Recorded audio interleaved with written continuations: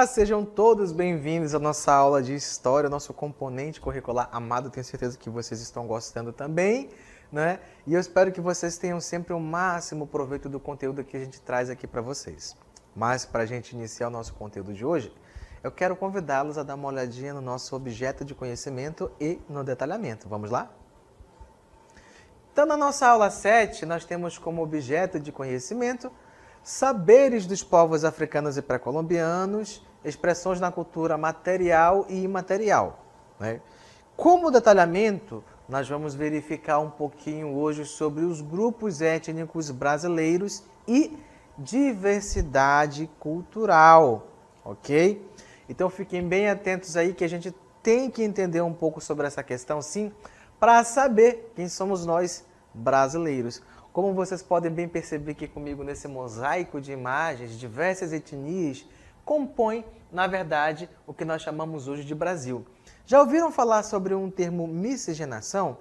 Então, esse termo foi muito utilizado durante muito tempo para explicar a origem étnica do Brasil. Ou seja, dificilmente você vai encontrar alguém, mesmo que tenha pele branca, que tenha apenas sangue de branco, ou alguém que tenha pele negra que tenha apenas sangue negro, ou indígena, ou assim vai, né? Então, o brasileiro é uma mistura de etnias, de cor de pele, de tipo de cabelo, de culturas diferentes.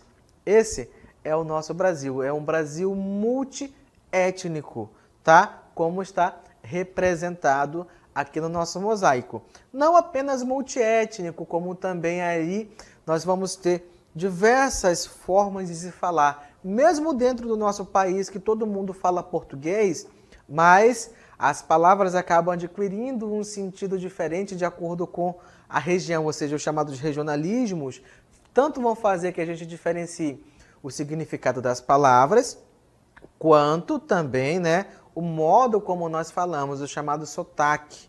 Então, por aí, a gente começa a perceber que o nosso Brasil é composto também dessa diversidade cultural e étnica que a gente pode observar nessa nossa primeira imagem, ok? Então é um pouco sobre essa composição, né, principalmente sobre um dos grupos que compõem essa mistura que é o brasileiro, que nós vamos nos debruçar na aula de hoje, nesse primeiro momento. Vamos lá, então, saber um pouco sobre essa questão da miscigenação no Brasil.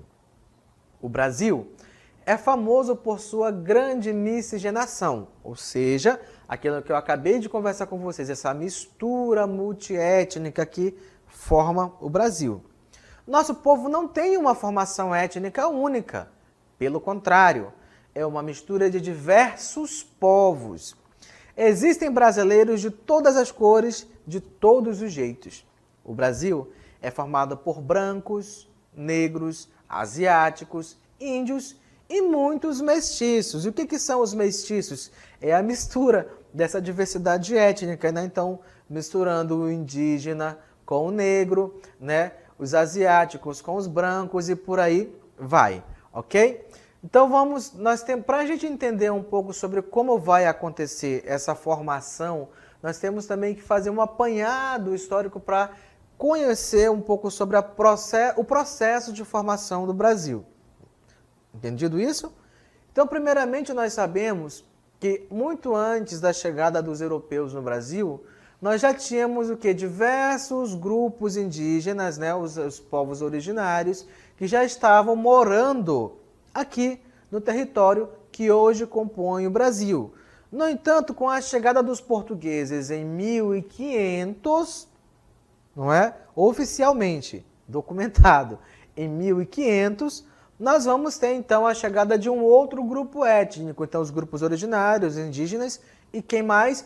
Os brancos portugueses que vão começar a colonizar as terras que hoje são o Brasil. Então, de 1500 até 1530, nesses 30 anos, nós temos o chamado período pré-colonial do Brasil, porque a colonização de fato do Brasil inicia-se no ano de 1530, com o processo de tomada de posse definitiva da terra pela coroa portuguesa, enviando a expedição de Martim Afonso de Souza, que veio para, de fato, estabelecer um sistema econômico baseado na agricultura e, por sua vez, foi a cana-de-açúcar. Então nós temos o período pré-colonial de exploração do pau-brasil, né?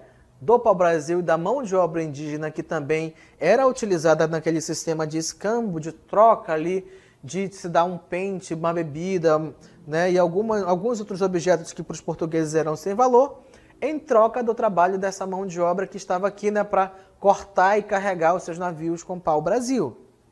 Então, a partir apenas de 1530, com a chegada da expedição de Martim Afonso de Souza, é que nós temos de fato o início do chamado período colonial, que vai até quando? Até 1822, né, que é quando o Brasil alcança a sua independência de Portugal, e temos assim o início do período imperial. Só que, nesse interim de tempo, nós vamos ter aqui, então, a chegada de etnias diferentes, de povos que vêm para cá, né, e acabam formando essa composição multiétnica que é o Brasil, ok? Continuando no nosso texto. Com o tempo, esses portugueses trouxeram negros africanos para o país, para trabalharem como escravos na terra colonizada. Só aí já temos os indígenas, os brancos e os negros, não é? Lembre disso, que o contrabando de pessoas trazidas da África vai se iniciar principalmente, né, com aquele contato que os países africanos terão com os europeus, como a gente estudou ontem, não foi? Lá durante aquele processo de virada ali da Idade Média para a Idade Moderna e a expansão das grandes navegações, mais especificamente ali por volta do final do século XV e início do século XVI, ok? Então, continuando. Durante esse tempo, já foram ocorrendo diversas mestiçagens, caboclos ou mamelucos, que é resultado de quê? De mestiços de brancos com os indígenas, mulatos, mestiços de brancos com negros, e cafusos, mestiços de indígenas com negros. Claro que outros grupos étnicos também acabarão chegando aqui às terras que hoje são chamadas de Brasil, né? Não são apenas os portugueses, não são apenas os negros escravizados, nem tampouco apenas os povos originários que habitavam a região. Mas, como nós vamos ver no nosso texto, posteriormente, outros grupos foram migrando para o Brasil. Germânicos se referem a quem? Aos povos de origem alemã, ali da região da Germânia. Na verdade, são de origem dos povos germanos, nos remete lá àquela questão dos povos bárbaros, do final do Império Romano, os povos que acabaram invadindo, né, e fazendo com que o Império Romano tivesse seu fim. Então, os povos germânicos se refere, na verdade, a uma gama de países hoje, né? Mas os principais representantes dele, quando nós falamos, são quem? Geralmente os alemães, que tem uma grande influência, inclusive na região sul, né? Com a cultura da uva e algumas festividades que nós vamos ver daqui a pouco, ok? Além deles, nós também vamos ter a presença dos italianos, que também vão se fixar em grande parte na região sul do Brasil também, como outras, como também na região de São Paulo, por exemplo, né, ali do estado de São Paulo, estabelecendo os primeiros grandes comércios, como a famosa família Matarazzo, que é comentado em diversos artigos quando se fala no processo de origem de São Paulo. Ok, continuando. E outros grupos brancos vieram em busca de trabalho em nossa terra. Sem falar nos médios orientais, que são quem, por exemplo, os árabes, e nos orientais como japoneses, chineses e coreanos. Se você já veio aqui à capital, teve oportunidade de vir, e andar ali no centro da cidade, onde a gente chama de centro da cidade, que na verdade geograficamente não é o centro, né? Não é o centro da nossa cidade, aqui da capital. No entanto, é chamada de centro porque é onde se estabelece ali a parte comercial mais forte, né? O centro comercial da cidade. E também a chamada de centro porque foi de onde a cidade começou a se irradiar, né? De onde ela começa a surgir, que surge às margens do rio, ali perto do forte, e de lá começa a se expandir para as outras áreas. Então, por isso ela é chamada de centro. E hoje, principalmente por conta do forte comércio que existe naquela região. Mas, voltando à questão, se você já prestou atenção, o que você encontra ali no centro comercial da capital? Se você já teve oportunidade de vir, você deve ter visto que existem muitas lojas de estrangeiros, não é? Por exemplo, hoje nós temos muitas lojas de chineses e de coreanos, principalmente. Ou seja, não foi só naquele momento do processo de formação da cultura e da população brasileira no período colonial que nós tivemos a vinda de imigrantes estrangeiros de diversas nacionalidades, não. Ainda hoje, o Brasil ainda é um lugar que atrai muitos imigrantes que vêm principalmente trabalhar no comércio ou na indústria, né? Aqui o Distrito Industrial de Manaus ainda tem muita gente também que vem da Coreia e Japão para trabalhar especificamente no setor industrial, ok? Até porque também temos muitas empresas de origem estrangeira que estão instaladas aqui no polo industrial. Então, claro que isso vai atrair muita gente de fora também. Continuando, todos esses foram se misturando, como também com os 3 mestiços clássicos apresentados anteriormente.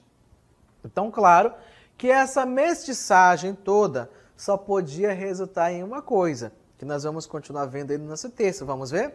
O que resultou? Na diversidade cultural presente no Brasil. E quando nós falamos de diversidade cultural, nós estamos especificamente falando que não existe uma cultura única, não existe apenas a cultura do negro, não existe apenas a cultura do indígena e não existe apenas a cultura dos brancos. Mas, além dessa variedade cultural que nós vamos ter um processo de mesclagem, tanto dessas culturas, como também da religião, tá? Como elementos da língua e elementos também ligados à questão alimentícia. Então, tudo isso vai estar, na verdade, se misturando. Claro que existirão alguns locais específicos no nosso país onde se busca preservar a cultura de origem. No entanto, a grande parte desses elementos estrangeiros e locais vão acabar se fundindo para formar o que hoje é o Brasil. Então vamos dar uma olhadinha no nosso texto. A diversidade cultural no Brasil, né, refere-se aos diferentes costumes de uma sociedade, entre os quais podemos citar, observa, vestimenta, culinária, manifestações religiosas, como por exemplo, a gente vai perceber daqui a pouco, né, sobre essa questão da culinária, de comidas e tudo mais, mas nas religiosas, por exemplo, nós temos, né, a influência da cultura negra que veio da África, originando danças e lutas, como também de religiões como a Umbanda e o Candomblé, que são religiões ditas de matrizes africanas, tá bom? São um exemplo disso que nós podemos citar nesse momento. Continuando. Manifestações religiosas, tradições, entre outros aspectos. O Brasil, por conter um extenso território, apresenta diferenças climáticas. Então, por exemplo, aqui, né, vocês sabem que a gente tem 3 estações, né? Verão, inverno e mormaço, né? Não, estou brincando. A gente só tem, na verdade, aqui 2 estações durante o nosso ano, que é qual? Verão e inverno. Essas são as 2 nossas estações da região norte, né? Por assim definido, né? Porque são as 2 que de fato imperam aqui. Agora a gente ainda está no período do inverno. De vez em quando a gente tem um temporal que inclusive atrapalha a transmissão das aulas. Mas logo daqui a alguns 2, 3 meses no máximo a gente vai estar no período do calor, que é qual? O verão. E aí quando acaba o verão, vem o inverno novamente, que é o período das cheias, né? O período que muita gente não consegue sair de casa se não for de canoa, quem mora no interior, fica difícil a pesca, mas depois novamente vem o verão, onde as águas baixam, pode se pescar no lago, fica um pouco mais fácil a questão do alimento e também muita gente pode exercer aquela agricultura nas áreas de vazante, né? Pode plantar milho, melancia, mandioca, até a água subir de novo. Mas a gente tem que entender que essas diferenças regionais nas questões de clima são o que também facilitaram, ou melhor, que acabaram atraindo etnias diferentes que chegaram ao Brasil para habitar especificamente região X ou Y, porque são regiões próprias para culturas típicas que esses povos já tinham, tá bom? Lá na sua terra natal, ok? Então, a gente vai ver daqui a pouco alguns exemplos dessas questões. Continuando. Então, o Brasil, por conter um extenso território, apresenta diferenças climáticas, econômicas, sociais e culturais entre as suas regiões. Nesse contexto, alguns aspectos culturais das regiões brasileiras serão abordados. Então, primeiramente aqui, ó, eu tenho para vocês a região Nordeste. Vamos falar um pouco sobre a região Nordeste. Claro que não é só na região Nordeste que existe aqui, ó, as rodas de capoeira. Aqui no Amazonas também, ultimamente, a gente tem, até porque nós também temos a presença negra, olha aqui, ó, não é? De negros que vieram para cá também no período da escravidão no Brasil, que iniciou pelos registros, né? Muitos desses escravos que foram trazidos foram para onde? Lá para a região do Pará, mas que também acabaram chegando aqui. Inclusive, aqui no Amazonas, aqui em Manaus, nós temos quilombos urbanos, né? Que os quilombos eram as formas de como esses negros buscavam resistir ao processo de escravidão. Muitos deles fugiam e acabavam formando esses quilombos afastados das cidades, afastados das senzalas e das fazendas onde eles eram maltratados e, claro, forçados a trabalhar de sol a sol. Mas nós sabemos também que a capoeira foi uma dessas formas de resistência, não é? Era inicialmente ali uma dança, mas que na verdade era uma luta disfarçada de dança, onde se mantinham, por exemplo, palavras originárias de onde eles vieram e também alguns instrumentos de percussão, como por exemplo o berimbau, que é mostrado ali, aquele cidadão tocando o berimbau, que é um dos instrumentos que a gente viu ontem, não é? Para marcar o ritmo da roda do jogo de capoeira. Então, é uma herança africana que nós temos, tá bom? Ainda na região norte, nós vamos ter o que aí? Vamos ver o que nós temos na sequência depois da roda de capoeira. Nós temos o Bumba Meu Boi. Isso lembra alguma coisa para você?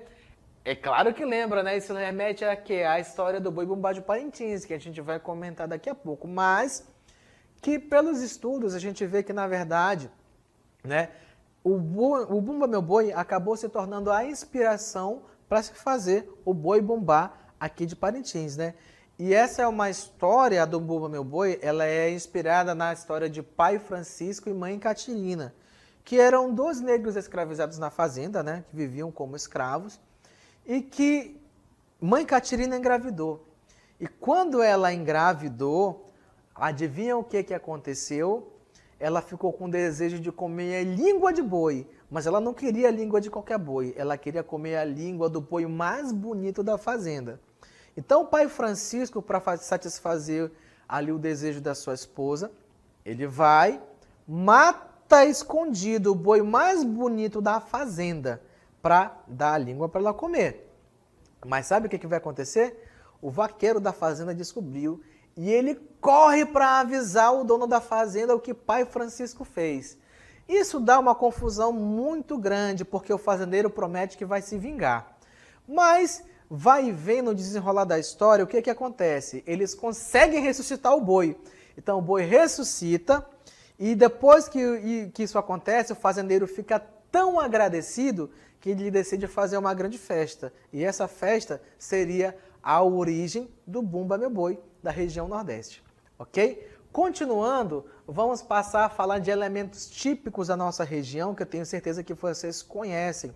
A região Norte, né? Vamos lá, então? Tenho certeza que vocês já ouviram falar dessas duas coisas aqui, né?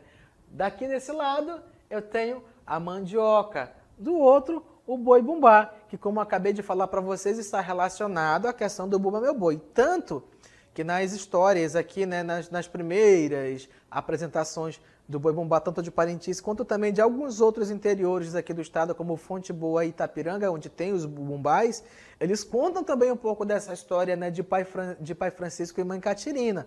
Que eu sou de Fonte Boa, lá tem, eu lembro que eu assisti algumas vezes algumas apresentações, que eles encenavam essa história aí até a ressurreição do boi.